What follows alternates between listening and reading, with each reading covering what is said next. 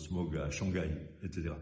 Et donc, ces aspects qualitatifs de l'expérience humaine, nous avons à les rendre objectifs. C'est évidemment l'art qui peut nous y aider.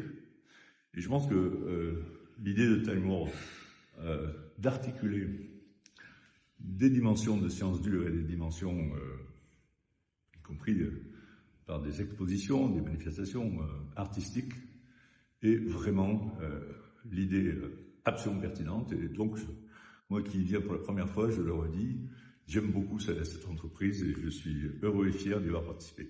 Super. Est-ce que du coup, vous avez une conférence ou quelqu'un qui vous a marqué là sur les 3 derniers jours?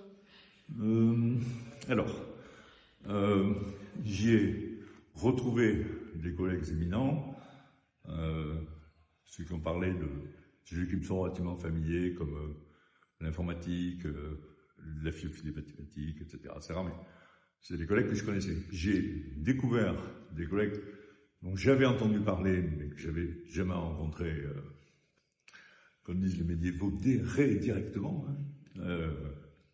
Des gens éminents, je pense au physicien Marc Lachaiseray, son nom a failli m'échapper.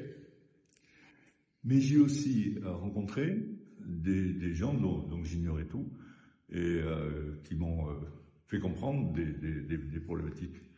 Par exemple, je pense à la dernière table ronde dont je sors là sur les questions du patrimoine, ce qui a été exposé sur ce qui a été fait à Besançon et ailleurs, sur les problématiques des limites de la conservation du patrimoine. Et encore une fois, comme leçon à brûle pour point, parce que je sors là d'avoir assisté à cette table ronde, je dirais que Time World a réussi à faire une manifestation scientifique remarquable, qui est à la fois complète et pertinente. C'est-à-dire que j'ai pas entendu une seule intervention qui soit hors sujet, inutile ou brouillonne.